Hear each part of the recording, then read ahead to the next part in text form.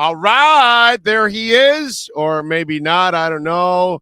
It's an empty chair as a debut. I guess he wanted to get something to drink. Who knows? Maybe he's just powdering, his face there, putting up some makeup. Who knows what he's doing? But we'll see. We'll get him. There he is. Oh, I said I get some water. That's all. That's all right. There we go. Trying to get makeup and everything so you can look good or something. Is that what you're doing? Also? No. I'm good to go. How you feeling, man? You feeling good? Doing great. It was a hell of a series. I picked Miami to go to the finals. I thought, a lot of Heat fans are disappointed with that Jimmy Butler shot, but I can tell you, as a shooter, he was in rhythm. He had dominated the whole game. He had just made that shot earlier. It's a walk-in open three on the perimeter. Yeah. And, he didn't – did anybody in Miami want that game to go to overtime? No. No, and he didn't have any gas left. That's why he took that three, dude. It's because he wasn't getting any help anyway. Yeah. So and he hit a few. So look, he was incredible. Was it a bad decision? Yeah, technically it's a bad decision by him because that's not his strength. But he was hitting them. The only reason you're there is because of Jimmy Butler. I think Heat Nation can live with him taking that three and even missing it because I think deep down inside we all know nothing happens without that guy anyway. 100%. So, you know what I mean? By the way, he has their Jordan Schultz. It's Schultz_report is his Twitter, not Jordan Schultz. Okay? Jordan Schultz is just my Instagram. Yeah. Oh, okay. So there you go. I didn't know what to put. Yeah. So I don't know, but just in case his Twitter is Schultz_report, that one that he's showing there is the Instagram, just in case. But anyway, so first of all, your boy CJ McCollum, bro, he's going to ESPN. How about that? Doing a little stint over there on ESPN. That's pretty cool. Well, he is a journalism major. He went to Lehigh, and long before he had these NBA dreams, when he was a 5'6", 110-pound freshman in Canton, Ohio, he wanted to be a journalist. And so I'm really happy for him. He's going to be great. I don't think people understand that haven't heard him talk basketball, just how good he is breaking things down, and he's such a cerebral player because I think, he was never the most athletic or the fastest or the biggest guy. And that's translated to the way he breaks down the game. So I'm really looking forward to seeing him in the finals. And by the way, the pull-up pod you do with CJ, tell them about it so they can check out the pull-up pod with you and CJ McCollum. I think I actually have a pull-up pod thing here. Hold on, see if I can find it. Hold on, give me 2 seconds here. You're gonna love this. All right. So Jordan does a pod with CJ McCollum. He's been doing it for a while. Here we go. I found it. And so that's why little pull-up pod. Bring it up. Little helmet. There you go. How about that? Helmet. Nice. Yeah, this is a good one. My buddy made this. So I mean, what we did, 2 years of the pod, got a webinar, which is great. I don't really know what that means, but and he's when the opportunity presented itself a few years back, we were good friends, but I didn't know him as well as I do now, obviously, and I remember we did our first test pod, and you never know how things are going to go because, especially with the current athlete, what's their schedule going to be, what's their real interest. But he took it full on and really prepared and surprised me because I thought this guy's, in the prime of his career, and I don't know how interested he's going to be able to, how much time he'll be able to generate for the podcast, given his schedule of playing 82 games every year and being, a great player. And he really stepped it up, and it's been great. So I'm really fortunate, and he's become a great friend. And we just celebrated his 30th birthday in San Diego. It was very fun. That is cool, and he looks like a cool dude. So let me ask you an NBA question. Down here, Pat Riley has kind of made it a career of targeting that disgruntled player somewhere else. Alonzo, Timmy, Shaq, Mason, LeBron, Bosh, Jimmy Butler. So he doesn't fail. He finds the guy. Lowry last year, right? He finds the guy. And so they've been able to acquire it. I believe that right now, I don't see a Robin or a Batman developing for Jimmy here. So I do believe that Miami needs to acquire a Batman or a Robin to take advantage of this window that they have with these guys, because obviously they're up in years there. Sixers aren't trading Embiid. I have no idea why Beal wants to stay in Washington. Lillard is up there in years, and it's a lot of money, like $40 million on the upcoming deal. Mitchell's the other guy in Utah. What are the realistic options? What are you hearing around the league? And by the way, CJ McCollum would look really, really nice here. He's not going anywhere. He's not going anywhere. New Orleans got him. I'm just saying he would look good here in Miami. And, I'm going to throw two names at you. First of all, you mentioned Mitchell. Why wouldn't Mitchell be the perfect fit for Miami? He is, but they want to trade Gobert, and they want to build around Mitchell, apparently. So now is Mitchell going to tell him, no, I'm out of here too? So it's Quinn Snyder, Gobert, and Quinn Mitchell Snyder's gone. Quinn Snyder, I think there's no question that's been brewing. And, I know there's been reports that they don't want to trade potentially both of them, but that they're not thrilled to trade Gobert either. To me, when I think about what Miami needs, Donovan Mitchell is the perfect guy. He's just a great compliment to Jimmy. He's a great guy, similar in terms of attacking style, can play with the ball in his hands, but also off the ball as an ancillary ball handler. He is a terrific young superstar. And I know he didn't play great in the playoffs, but that Utah team was super flawed. And it really wasn't on him. They didn't surround him with enough pieces, and he wasn't really surrounded to make him look good. So when I think about what Miami could do, you mentioned this window. They're a very good team right now. Bam is terrific. Jimmy's terrific. Tyler's the sixth man of the year. If you really want to win a championship, to me, you got to go all in on one of two guys. Donovan Mitchell, and here's the other guy, Zion Williamson. Oh, no. Yes. No. Yes, no. because you have to Miami, you're not in the position where you can't gamble. You have to gamble. And Zion. Did you watch Kyle Lowry? Between him and Zion, every drive you have to take a gamble. Close down. You got to gamble on, because it's so hard to get a star. But I never really felt like Zion wanted to be there. If there's ever an opportunity to get him, it's going to be right now, before he signs the big deal. Zion's going to come to Miami and play Heat basketball and become a Heat player. If you're Pat Riley and Eric Spoelstra, you have to believe that your system can get him in the great shape that he needs to be in. That's what it does for everyone. That's a reach, bro.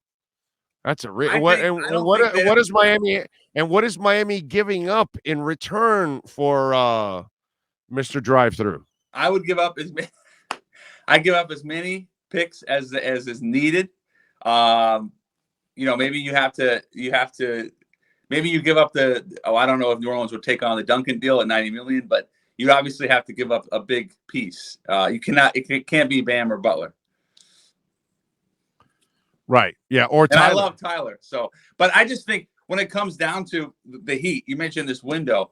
The East is up for grabs right now. There are some very good teams, Milwaukee, obviously Boston, Philadelphia, but you have a chance to break through. You were right on the cusp of it this year, and one of those two guys could take you over the top.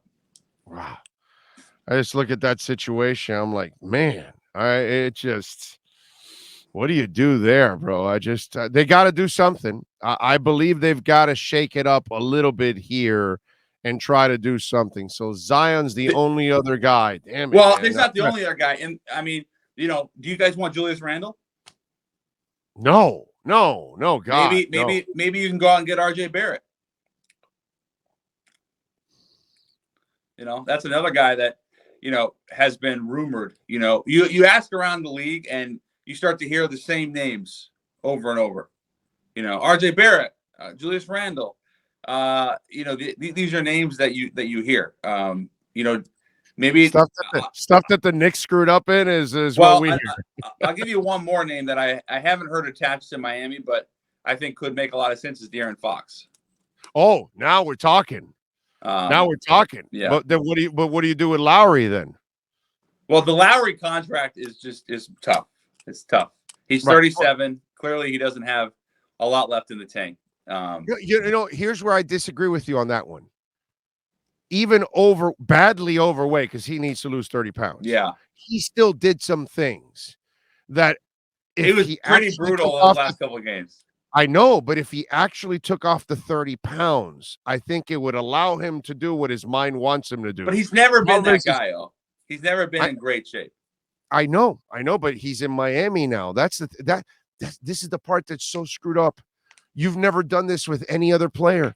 Every player that's ever come through the Riley regime always has to get in line. Yeah. And how you allowed this guy not to do it. And this is the part that's very intriguing to me that I don't know. And you know how the Heat is the hardest organization to find any damn information. There's always weight clauses and things like that in all these deals. Did you not include it in this one so you can't enforce it? Or yeah, because that's just it is so unheat-like what they've done with him. And it's not good. It's not a good precedent to set. Well, yeah, but even regardless of if they get Lowry, let's say Lowry loses 15 pounds and gets in better shape. They need quickness. They need, electricity.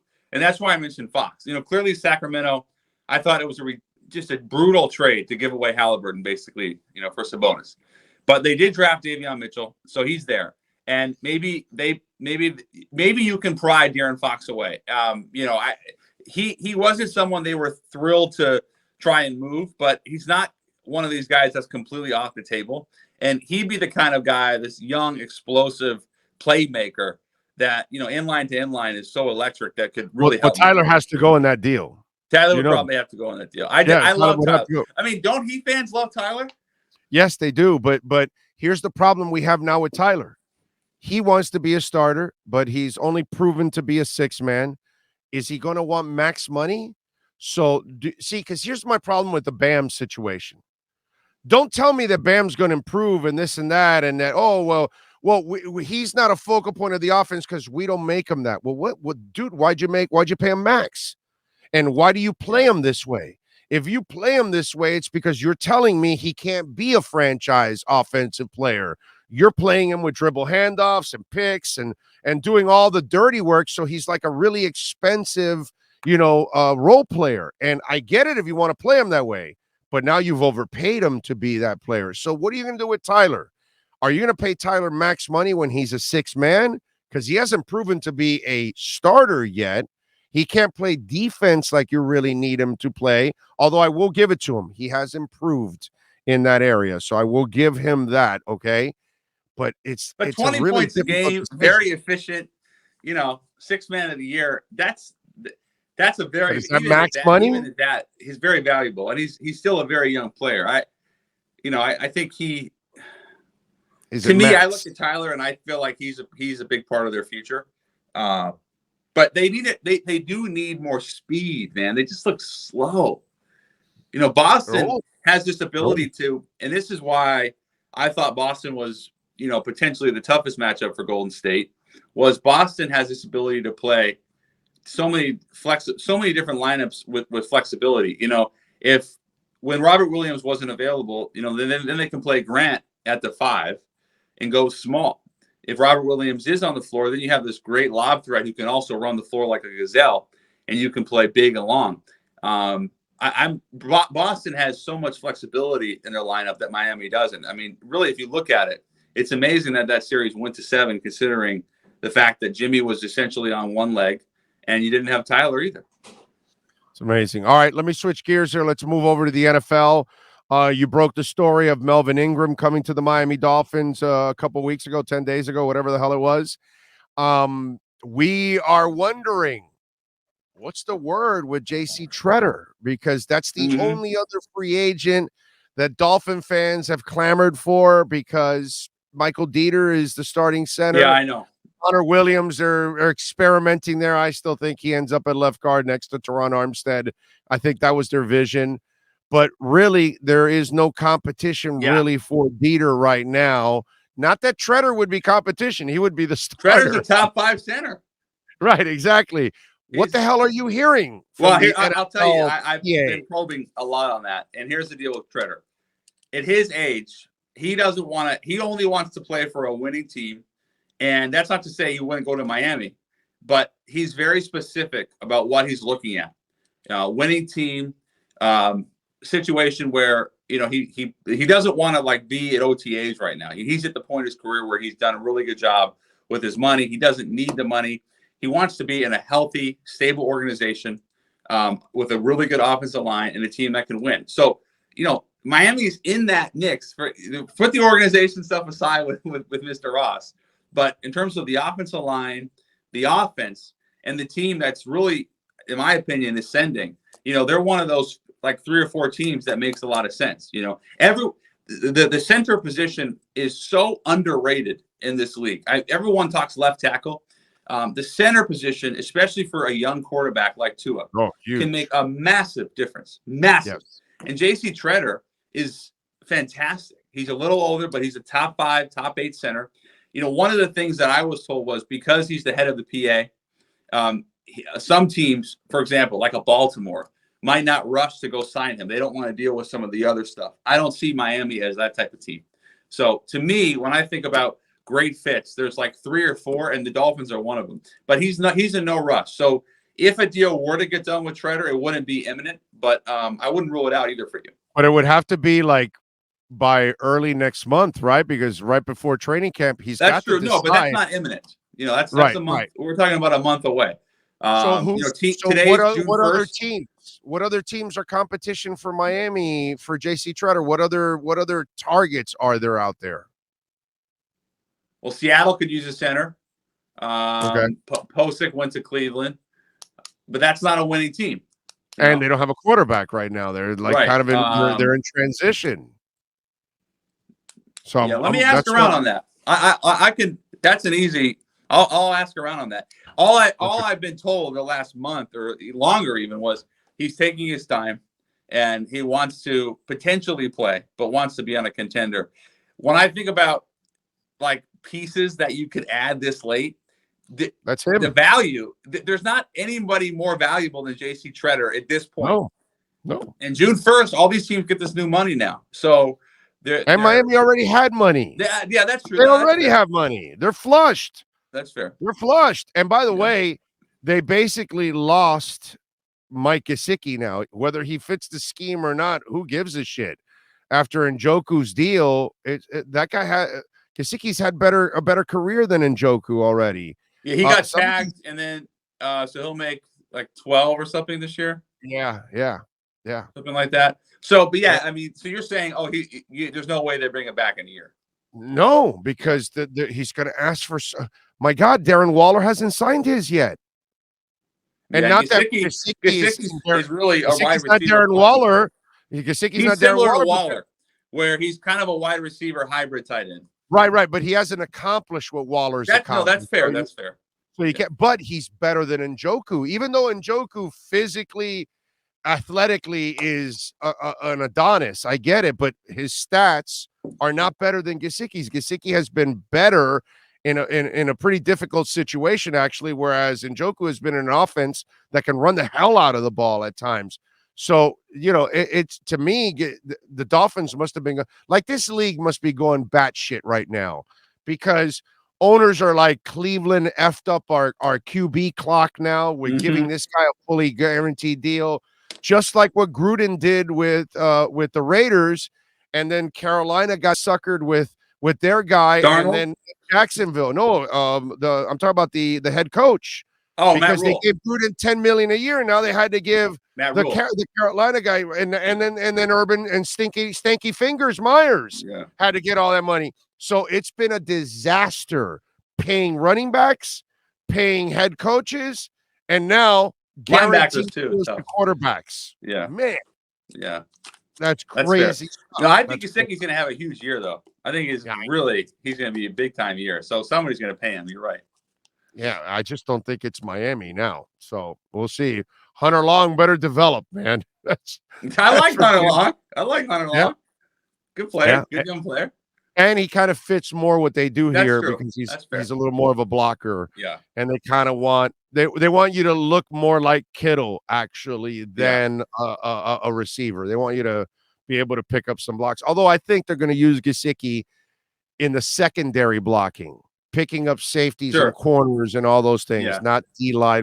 They're not going to put him close to the line. But you don't want him blocking linebackers and ends. No. He's 220 pounds. No. All right, Jordan, what are you working on so folks can follow you on Twitter and check you out? I tell you what, I'm gonna get you some more Treader info. I'll do that for sure. Thank you. There's still some free agents available: Kenny Stills, Anthony Barr, Sheldon Richardson. There's still some pretty good players available. I'll be interested to see what happens there. But I'm gonna come back to you with some more intel. I got you. All right, you got it. Appreciate it. Follow him on Twitter at Schultz_report. Follow him also on Instagram at Jordan Schultz. I'm on TikTok now. Woo! And you're on TikTok. We opened up an account. I'm not using it yet. What are you? At Big O? At Big O Show. Big O Radio Show. I'm going to follow you right now. Thank you. We will do the same. Brother. All right, my man. We will catch you next week, my friend. I appreciate you. Great to be part of the show. And we'll track you on Twitter if you get any Treader news. You got it. And thank you for having me on. Appreciate it. Hey, pleasure, man. Welcome to the family. Thank you, Jordan. Thank you. All right. Appreciate you. That is the Schultz Report.